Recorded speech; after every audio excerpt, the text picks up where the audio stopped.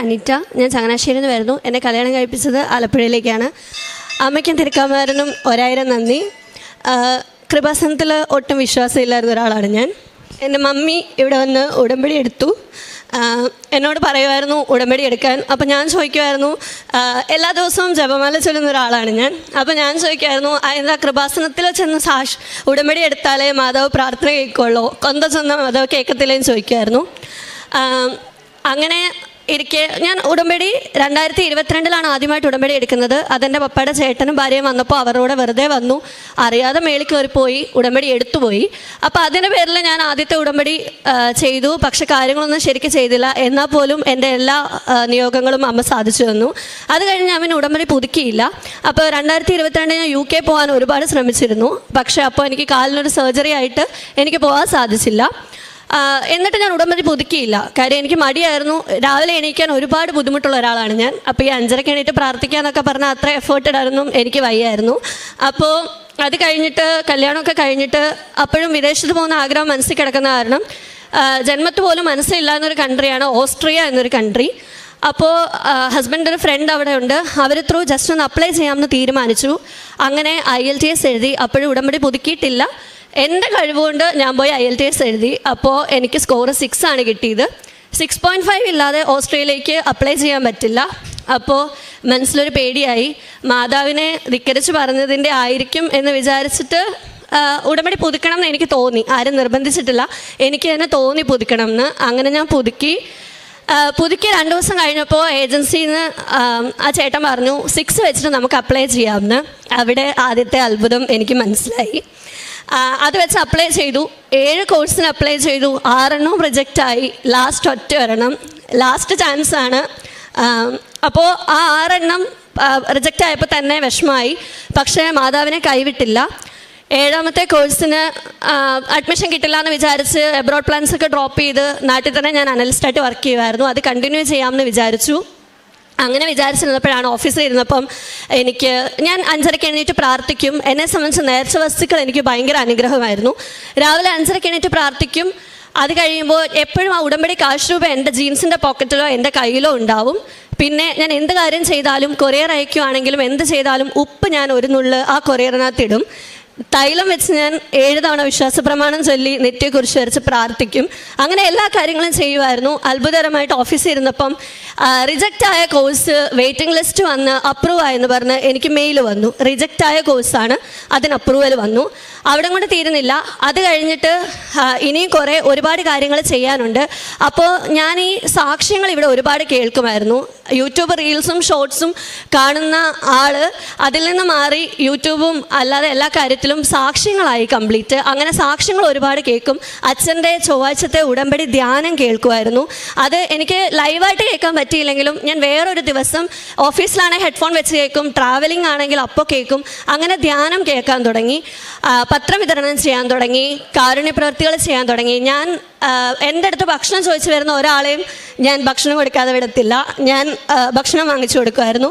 അങ്ങനെ ഒരുപാട് കാര്യങ്ങൾ ചെയ്ത് എൻ്റെ പ്രോസസ്സ് മുന്നോട്ട് നീങ്ങാൻ തുടങ്ങി. അത് കഴിഞ്ഞപ്പോഴേക്കും അപ്രൂവൽ വന്നു, അഡ്മിഷൻ കിട്ടി. അത് കഴിഞ്ഞിട്ട് ഏജൻസിന്ന് പറഞ്ഞു ഇനി അവിടുന്ന് ഒരു റെസിഡൻസ് കാർഡ് അപ്രൂവൽ വരണം, അത് വന്നാലേ പോകാൻ പറ്റുള്ളൂ എന്ന്. അപ്പോൾ റെസിഡൻസ് കാർഡ് അപ്രൂവൽ യൂഷ്വലി 2-3 മാസം എടുത്താണ് വരുന്നത്.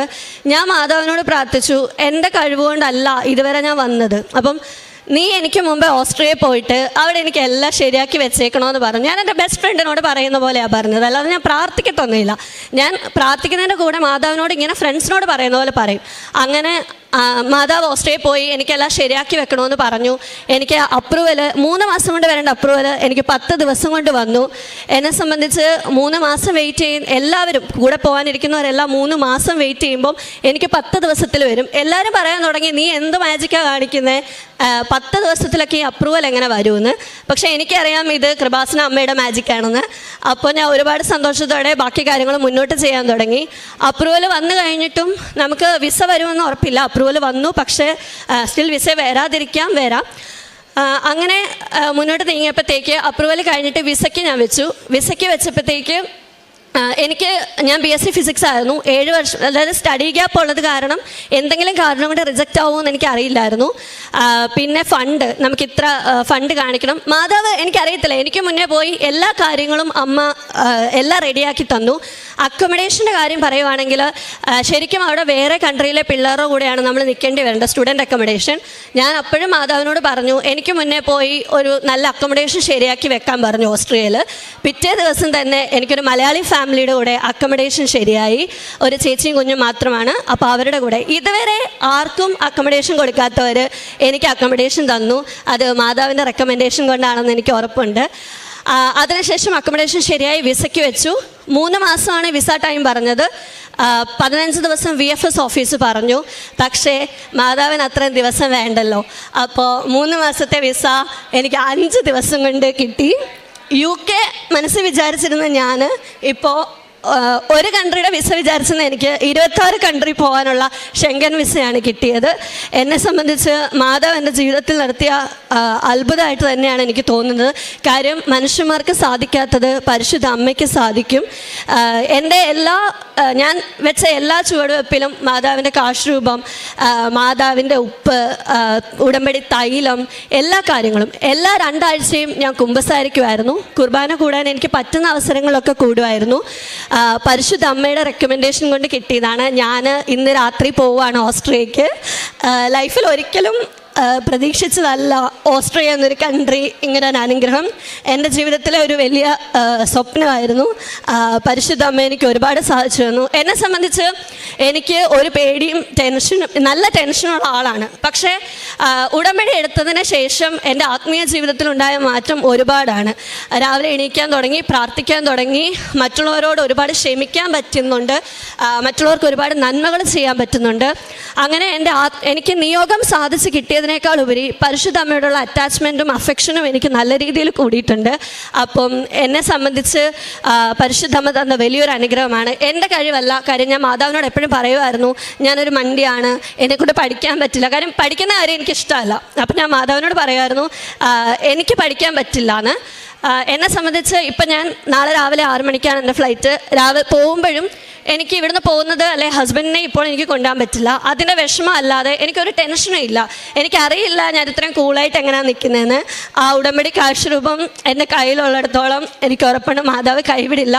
അവിടുത്തെ ഒരു കാര്യങ്ങളിലും എനിക്ക് ടെൻഷനില്ല. കാര്യം മാതാവ് എനിക്ക് മുമ്പേ അവിടെ ചെന്നിട്ടുണ്ട്. യൂണിവേഴ്സിറ്റിയിലാണേലും പഠിക്കുന്ന കാര്യത്തിലാണെങ്കിലും അവിടെ ഒറ്റയ്ക്ക് ജീവിക്കുന്ന കാര്യത്തിലാണേലും മാതാവ് എനിക്ക് അത്രയും ശക്തി തന്നിട്ടുണ്ട്. അപ്പം എന്നെ സംബന്ധിച്ച് പരിശുദ്ധമ്മ തന്ന വലിയൊരു അനുഗ്രഹമാണ്. ഇനിയും മുന്നോട്ട് ഒരു പേടിയില്ലാതെ മാതാവ് കൂടെ ഉണ്ടെന്നുള്ള ധൈര്യം എനിക്ക് സത്യം പറഞ്ഞാൽ ഇപ്പോൾ മനുഷ്യന്മാർ വിശ്വാസമില്ല. എന്നെ സംബന്ധിച്ച് ആര് നടക്കത്തില്ലെന്ന് പറഞ്ഞാലും മാതാവിന് സാധിക്കും എന്ന് വിശ്വാസമായി. കാര്യം അഡ്മിഷൻ എനിക്ക് പോകാൻ പറ്റില്ല എന്ന് അപ്ലൈ ചെയ്ത ഏജൻസിക്കാർ പറഞ്ഞതാണ് അത്ര എക്സ്പീരിയൻസ് ഉള്ളവർ. പക്ഷേ മാതാവിൻ്റെ എക്സ്പീരിയൻസ് അതിനേക്കാൾ വലുതാണ്. അപ്പോൾ അത് അനുഭവിച്ചറിഞ്ഞൊരു വ്യക്തി എന്നുള്ള നിലയിൽ എനിക്കൊരു പേടിയില്ല. പരിശുദ്ധമ്മ എന്നെ അവിടെ നയിക്കും, സ്ട്രോങ് ആക്കും. എനിക്ക് വേണ്ടി അവിടെ എല്ലാം ഒരുക്കി വെച്ചിട്ടുണ്ട്. എനിക്കൊരു വിഷമവും അനുഭവിക്കേണ്ടി വരത്തില്ല. കാര്യം അമ്മ എൻ്റെ കൂടെയുണ്ട്. അപ്പോൾ അമ്മയ്ക്കും തിരുക്കുമാരനും 1000 നന്ദി. ജോഷുവയുടെ പുസ്തകം 1-ാം അധ്യായം 7-ാം തിരുവചനം നാം വായിക്കുന്നു. എൻ്റെ ദാസനായ മോശ നൽകിയിട്ടുള്ള എല്ലാ നിയമങ്ങളും അനുസരിക്കുകയും ശക്തനും ധീരനുമായിരിക്കുകയും ചെയ്യുക. അവയിൽ നിന്ന് ഇടംബലം വ്യതിചലിക്കരുത്. നിൻ്റെ ഉദ്യമങ്ങളിലെല്ലാം നീ വിജയം വരിക്കും. അനിറ്റ എന്ന ഈ മകൾ അവളുടെ വിദേശത്ത് പഠനത്തിനും ജോലിക്കും പോകുവാനുള്ള പരിശ്രമങ്ങളുടെ സാക്ഷ്യമാണ് നമ്മോട് പങ്കുവച്ചത്. കൃപാസനം എന്ന ഈ അമ്മ മാതാവിൻ്റെ തീർത്ഥാടന ധ്യാന കേന്ദ്രത്തിൽ ആദ്യം ഒട്ടും വിശ്വാസമില്ലാതിരുന്ന മകൾ ഉടമ്പടി എടുത്തതിന് ശേഷം ഓരോ നിമിഷവും അമ്മ മാതാവിൻ്റെ സംരക്ഷണവും സഹായവും ലഭിച്ചതിനെക്കുറിച്ചാണ് നമ്മോട് പങ്കുവയ്ക്കുന്നത്. അതിൽ വളരെ പ്രത്യേകതയോടുകൂടി സമയം ചുരുക്കിക്കൊണ്ട് അവരുടെ നിയോഗങ്ങളെല്ലാം സാധിച്ചു കൊടുക്കുന്ന ഒരമ്മയുടെ സാന്നിധ്യത്തെക്കുറിച്ച് അവൾ നമ്മളോട് പറയുകയാണ്. പരിശുദ്ധമ്മയുടെ സവിശേഷമായ ഒരു പ്രത്യേകതയാണ് ടൈം ഷോർട്ടണിങ്. ഉടമ്പടി പ്രാർത്ഥനയിൽ നാം വയ്ക്കുന്ന നിയോഗങ്ങളെ അമ്മ മാതാവ് തിരുക്കുമാരന് കൊടുത്തുകൊണ്ട് വേഗത്തിൽ സാധിച്ചു തരുവാനായി മകനോട് പറയുകയാണ് ചെയ്യുക. അത് കാനായിലെ വിവാഹ വിരുന്നിൽ ആദ്യത്തെ അത്ഭുതം നടത്തിയ പരിശുദ്ധമ്മയുടെ ഇടപെടലാണ്. നമ്മോട് എങ്ങനെയാണോ ഉടമ്പടി ജീവിതം വിശ്വസ്തയോടെ നാം നയിച്ചു തുടങ്ങുക, ആ ഉടമ്പടിയിൽ നമുക്കുള്ള വിശ്വസ്തത, ഉടമ്പടിയുടെ നേർച്ചവസ്തുക്കൾ വിശ്വാസത്തോടുകൂടി നാം ഉപയോഗിച്ചു തുടങ്ങുമ്പോൾ മാതാവ് നമ്മളെ ആദരിക്കുന്നതിൻ്റെ അടയാളമാണ്. തിരുക്കുമാരനോട് നമ്മുടെ നിയോഗങ്ങൾ വേഗം സാധിച്ചു തരുവാനായി ആവശ്യപ്പെടുകയും നാം വിചാരിക്കുന്നതിനും അപ്പുറവും വേഗതയിലും നമുക്കവയൊക്കെയും സാധിച്ചു കിട്ടുകയും ചെയ്യുക. ഈ മകൾക്കും കുടുംബത്തിനും ലഭിച്ച ഈ വലിയ അനുഗ്രഹത്തെയും മാതാവിൻ്റെ സംരക്ഷണത്തെയും ഓർത്ത് ദൈവപിതാവിനും തിരുക്കുമാരനും അമ്മ മാതാവിനും നന്ദി അർപ്പിച്ചുകൊണ്ട് കരഘോഷത്തോടുകൂടി ഈ സാക്ഷ്യം നമുക്ക് സമർപ്പിക്കാം.